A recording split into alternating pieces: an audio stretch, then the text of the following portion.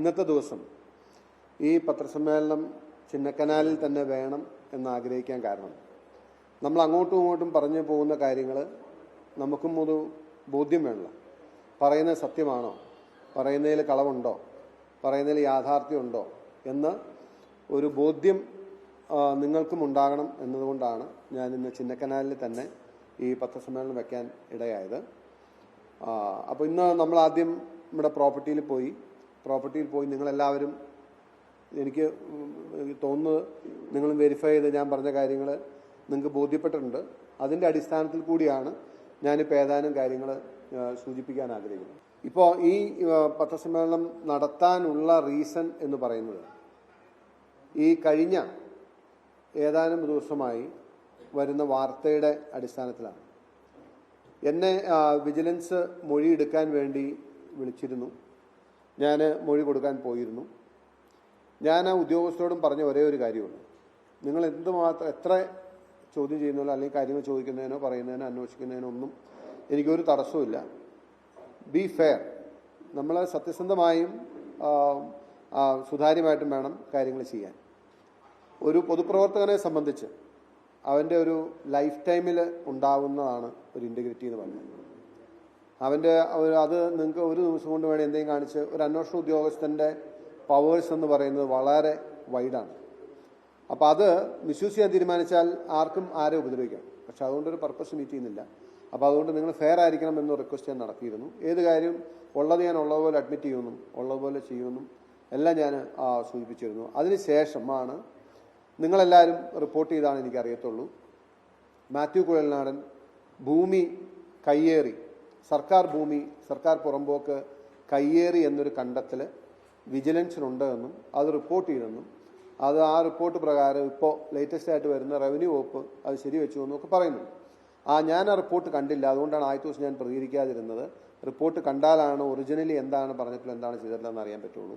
ഞാനൊരു കാര്യം ആവർത്തിച്ച് പറയാൻ ആഗ്രഹിക്കുന്നത്, ഞാൻ ഈ പ്രോപ്പർട്ടി വാങ്ങുമ്പോൾ എങ്ങനെയായിരുന്നു, ഏതൊക്കെ സ്ഥലമാണോ കൈവശത്തിലുണ്ടായിരുന്നത്, അതിൽ നിന്നും അധികമായിട്ട് 1 ഇഞ്ച് സ്ഥലം പോലും ഞാൻ വാങ്ങിയ പ്രോപ്പർട്ടിയിൽ നിന്നും 1 ഇഞ്ച് സ്ഥലം കൂടുതലായി ഞാൻ കൈവശം വയ്ക്കുകയോ ഞാൻ കയ്യേറുകയോ ഞാൻ മതിൽ കെട്ടിയെടുക്കുകയോ ചെയ്തിട്ടില്ല എന്നതാണ് എനിക്ക് ആദ്യം അസന്നിഗ്ധമായി പറയാനുള്ള കാര്യം.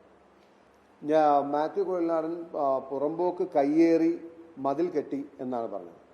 ഇന്ന് നിങ്ങൾ വന്ന് പരിശോധിച്ചാണ് ഞാൻ അതിൻ്റെ 4 അതിരും 4 വശവും ഞാൻ നിങ്ങളെ കാണിച്ചു തന്നു. നിങ്ങളെല്ലാവരും കണ്ട് ബോധ്യപ്പെട്ടു. ആ പ്രോപ്പർട്ടിക്ക് കോമ്പൗണ്ട് വാൾ എന്ന് പറയുന്നത്, മതിൽ എന്ന് പറയുന്നത് ആ പ്രോപ്പർട്ടിക്ക് ഇല്ല. അതൊരു ഓപ്പൺ ലാൻഡ്സ്കേപ്പിൽ നിൽക്കുന്ന ഒരു ടൂറിസം ഫെസിലിറ്റിയാണ്. ഓപ്പൺ ലാൻഡ്സ്കേപ്പിൽ നിൽക്കുന്ന ഒരു ടൂറിസം ഫെസിലിറ്റിയാണ്. അപ്പോൾ അതിന് കോമ്പൗണ്ട് വാൾ, മതിൽ കെട്ടി എന്ന് പറയുന്നത് തന്നെ തെറ്റായ ഒരു കാര്യമാണ്. മതിൽ കെട്ടിയിട്ടില്ല, ആ പ്രോപ്പർട്ടിക്ക് മതിലേ ഇല്ല, ചുറ്റുമതിലില്ല. പിന്നെ ആക്ഷേപമായി ആരോപണമായി ഞാനവിടെ കൺസ്ട്രക്ട് ചെയ്തു എന്ന് പറയുന്ന സാധനം നിങ്ങൾ കണ്ടതാണ്. അതായത് ആ പ്രോപ്പർട്ടി ഭയങ്കര സ്റ്റീപ്പ് ചെരുവുള്ളതാണ്. അതും നിങ്ങൾക്ക് ബോധ്യപ്പെട്ടാണ്. സ്റ്റീപ്പ് ചെരുവുള്ള ഒരു പ്രോപ്പർട്ടി നാളുകൾക്ക് മുമ്പ്, എത്ര വർഷങ്ങൾക്ക് മുമ്പ് കെട്ടിയതാണെന്നറിയില്ല. അവിടെ റോഡ് വന്നപ്പോൾ സ്വാഭാവികമായിട്ടും റോഡിലേക്ക് മണ്ണിടിയാതെയും അല്ലെങ്കിൽ ആ പ്രോപ്പർട്ടി ഇടിഞ്ഞു പോകാതെയും കെട്ടിയതാണെന്നാണ് ഞാൻ മനസ്സിലാക്കുന്നത്. വളരെ ഹൈറ്റിൽ, നിങ്ങളത് ആ ഭാഗം നിങ്ങളും കണ്ട് ബോധ്യപ്പെട്ടാണ്. വളരെ ഹൈറ്റിൽ കരിങ്കല്ല് കെട്ടുണ്ടായിരുന്നു. ആ കരിങ്കല്ല് കെട്ടിൻ്റെ ഒരു ഭാഗത്ത്, അതിൻ്റെയോട് ചേർന്നാണ് അതിൻ്റെ ഒരു ഡോർമെട്രി ബിൽഡിംഗ് ഇരിക്കുന്നത്. ആ ഭാഗത്തെ കരിങ്കല്ല്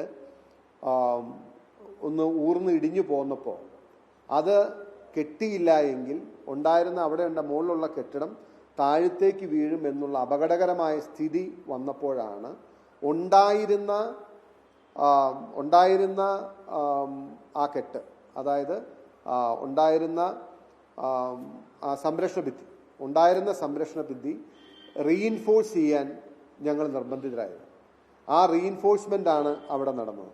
ആ റീഇൻഫോഴ്സ്മെൻറ്റിൽ ആകെ വന്ന ഒരു മാറ്റം എന്ന് പറയുന്നത്, പണ്ട് ഓപ്പണായിട്ട് കരിങ്കല്ലിൽ മാത്രം കെട്ടിയിരുന്നത് ഇനിയുള്ള കാലത്ത് കുറച്ചുകൂടി ബലം കിട്ടാൻ നല്ലത് അതിന് കോൺക്രീറ്റിംഗ് കൊടുക്കുന്നതാണെന്നുള്ളതുകൊണ്ട് അതിൻ്റെ ഒരു പാതി വശം നമ്മൾ കോൺക്രീറ്റ് വെച്ച് റീഇൻഫോഴ്സ് ചെയ്ത് കെട്ടി എന്നത് ശരിയാണ്. അത് മതിലല്ല, അത് ഉണ്ടായിരുന്ന സംരക്ഷണ ഭിത്തിയുടെ റീഇൻഫോഴ്സ്മെന്റ് ആണ് നടത്തിയത്. അത് നടത്താതിരിക്കാൻ കഴിയുമായിരുന്നില്ല. അത് നടത്തിയില്ലായിരുന്നെങ്കിൽ ആ കെട്ടിടവും റിസോർട്ടും മുഴുവനും കൂടി ഇടിഞ്ഞ് താഴെ റോട്ടിൽ കിടക്കുമായിരുന്നു. ആ സാഹചര്യത്തിലാണ് ആ ഒരു വർക്ക്. അതിനെയാണോ ഇനിയിപ്പോൾ മതിൽ കെട്ടിയത് എന്ന് ഉദ്ദേശിക്കുന്നതെന്ന് അറിയില്ല.